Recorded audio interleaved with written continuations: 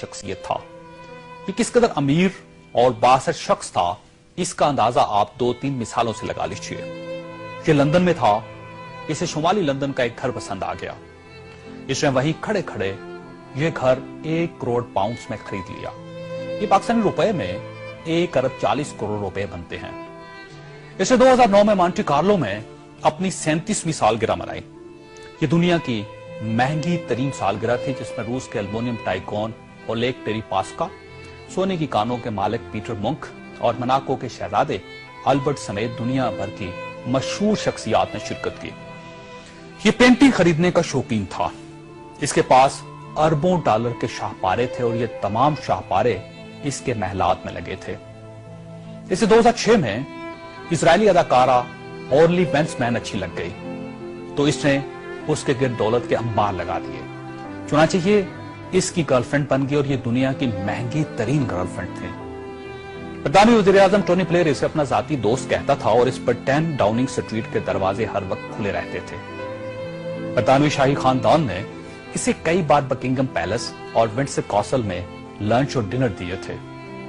ये लंदन और पेरिस में प्ले बॉय की जिंदगी गुजारता था और इसे दुनिया जहान के कानून तोड़कर बहुत खुशी होती थी। इसने एक बार पेरिस की शांज़-एलीज़े पर 120 किलोमीटर की रफ्तार से गाड़ी चलाकर पूरी यूरोपीय दुनिया को हैरान कर दिया और पेरिस की सिटी हुकूमत कोशिश के बावजूद इसका चालान न कर सकी।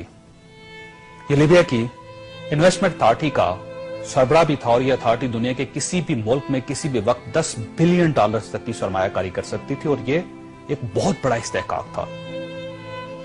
इस शख्स का नाम नाज़रीन सैफुल इस्लाम है और ये लीबिया के साबिक हुक्मरान कर्नल कज़ाफी का बेटा है।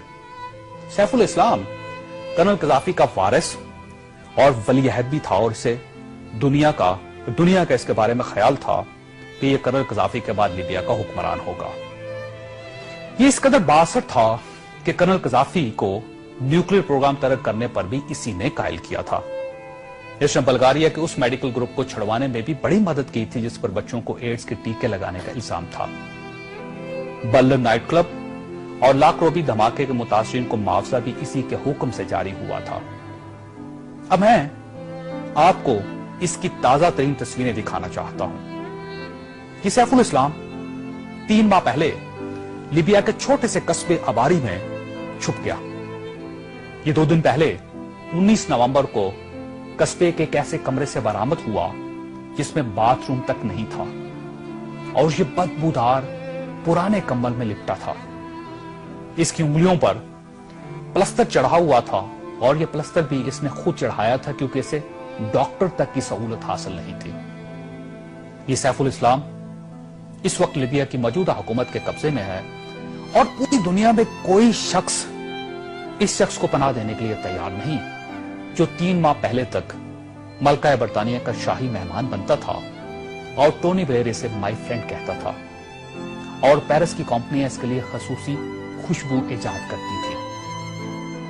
ये है सवाल और ये तस्वीर दुनिया के उन तमाम हुक्मरानों और इनके खानदानों के लिए इबरत का सबक है जो इक्तदार को सब कुछ समझ लेते हैं और जो इस ज़ौम में मुब्तला हो जाते हैं कि इनके इक्तदार का दरख्त हमेशा सब्ज रहेगा।